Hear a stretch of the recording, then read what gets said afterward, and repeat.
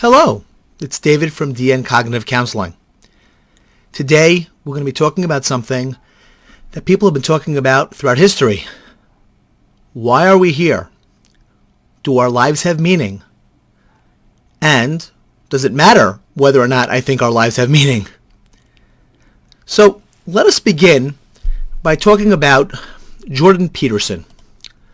Jordan Peterson was published, I think it was in 1999, where he did a book called Maps of Meaning and the Architecture of Belief.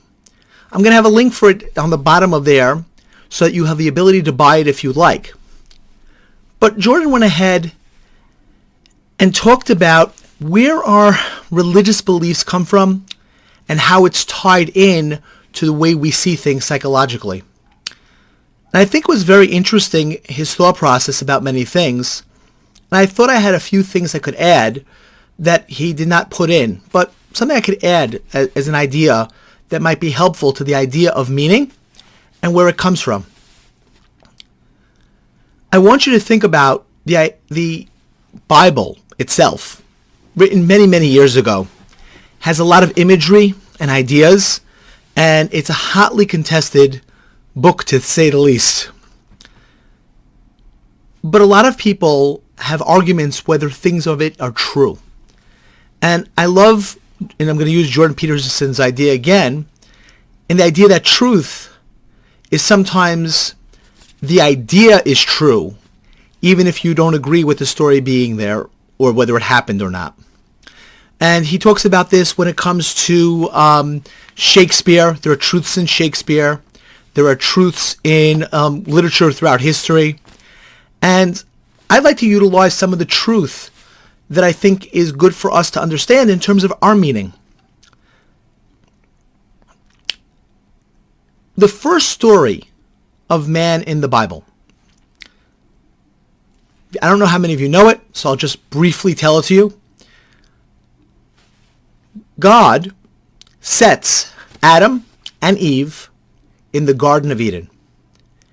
And he says to them, you can eat from any other tree except for this one. Don't eat from this one tree.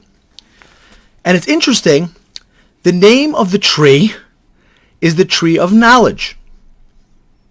Now, it's interesting that that's the name of the tree, and says don't eat from it.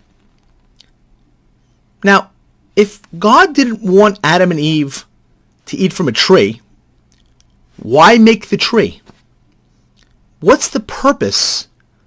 God, make all the trees you want them to eat from, but why make a tree and say, don't eat from it? Keep that in mind. When we have things in our life that we're told no to, that we're said, what's right, what's wrong, we develop a sense of meaning. You see, animals are all around. They eat, they sleep, they collect, they go to work, they have families. They do almost everything that we do. But animals don't ever care about meaning. They don't care about anything outside of their basic needs being met. Human beings are very, very different. Viktor Frankl wrote a book called Man's Search for Meaning. Now, for those of you who don't know who Viktor Frankl is, Viktor Frankl was a captive in the Holocaust. He was also a psychiatrist. And he noticed that the people that survived had the greatest hope that their lives still had meaning, even in being in that type of situation. And again, I'll put a link to the book down here. So if you've never seen it or never read it, it really is an important book to read. And if even you have kids, it's a really great book to read. Because what it gives them the ability to do is understand about what meaning in life really means. Now, you might say, well, I really don't need a meaning to my life. I don't care if there's meaning. All I care about are whether or not my needs are met, whether or not I'm, feeling good. I'm very much in my hedonistic idea. And if you can live like that, that's fine. I'm not telling you that you can't. But what I'm saying to you is, psychologically, many people get into a lot of problems and issues when they don't deal with that need. Addiction. For those of you who don't know anything about addiction, in substance abuse treatment, it is called a spiritual program. And even SMART goals, or SMART recovery, is really just a repackaged version of AA without God, or the name of God. And there are a lot of ways you could work recovery in those types of parlance, but the spiritual component is there across the board. And I'm talking about whether or not you have a food addiction, a substance abuse addiction, gambling addiction, a sex addiction. It doesn't matter what the addiction is to or how it manifests. Generally, in order to combat that, you need to work on a spiritual aspect and a spiritual need. Dr. Abraham Twersky has another book called Spirituality. Now, if you again don't know Dr. Twersky, he is a psychiatrist that's been working in the field of addiction for many, many years. I will put a link again down so that you could see Twersky on spirituality. And he actually goes on to explain in a very important way how angels, well, he uses the metaphor of angels, whether you believe in them or not is irrelevant, and animals, despite being one spiritual and one physical, that they both lack something called free will. And that when we engage our spirituality, what we're really doing is making free moral choices. This is the reason why we get so passionate about our belief system and about the way we see things. Because it goes to the core of our being. We don't want people discussing religion with each other.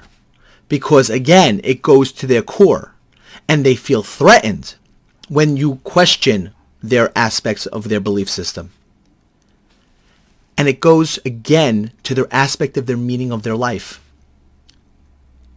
When we search for meaning, we then create meaning in our life. The very fact that we question things and look at things brings meaning to our lives.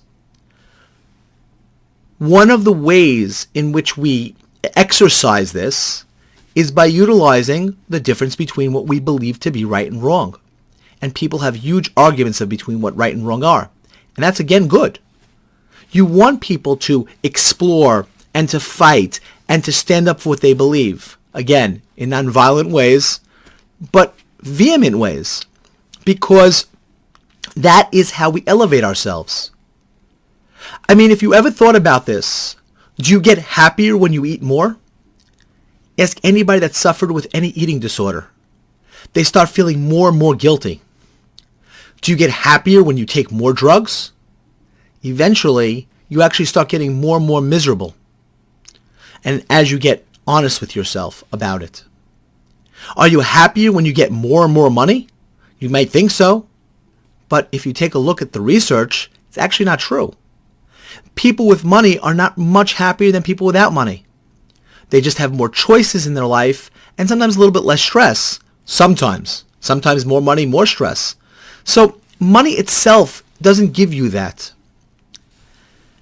Your search for meaning and having meaning in your life is ultimately what brings you to the aspect of feeling content and happy within yourself. So I want you to think about this when we talk about our meaning. And again, when you think about the book again that Jordan Peterson wrote about maps and meanings, and how we have these stories that are so ancient, but are so pivotal to the way that we see things. I mean, we all heard the story of Adam and Eve and being in that garden. But how many have ever thought about it as basically the meaning of life? That the idea of saying, no, I'm not eating from the tree because there's a higher reason, not because I'm not hungry, not because just because I disagree that I don't think it's right. And now, Just by saying I don't think that's right, I've just created meaning in my life. Without that, if everything was created and you could do whatever you wanted and there were no rules, there would be no meaning. The aspect of saying no, I disagree, no, that's not right, no, we shouldn't be doing that, creates a meaning to our lives. In fact, that's what happens when we help other people. Some people don't find any greater joy in their life than helping those who are in need. Why is that? It's a selfless act. By the aspect of hedonism, that shouldn't bring much pleasure at all. But spiritually, it brings a tremendous pleasure. And in AA, that's why they have the 12th step. Through the spiritual awakening, you carry the message to other addicts. When you have that to give away, and then when you give it, it then brings you pleasure and it brings you a fulfillment. And that gives your life meaning. When you don't have that, when you have that emptiness inside, that's when you try to fill it with drugs, with alcohol, sex, all the things that are just thinking that if I just get this, it'll feel so good and then I will have felt like I have fulfilled. And none of those things ever work. I hope that you found this interesting. Please, if you've never read Viktor Frankl's book on Man's Search for Meaning, I highly recommend it. If you never read Dr. Twersky's book on spirituality, I would recommend that as well. And Maps and Meanings by Jordan Peterson. I know that a lot of now college students have to read it, but I know for many of us that were past that a long time ago, it's actually a good book to pick up as well, and give us a new perspective on things and adds meaning to our lives. I hope that you will subscribe to this channel, like this video, share it with others, and help other people find meaning in their lives. And again, if you would like to help fund this endeavor, you could hit the subscribe star. I'm hoping to be up shortly, and hopefully by the time you see this, it will be. And I thank you very much for joining me, and have a good night.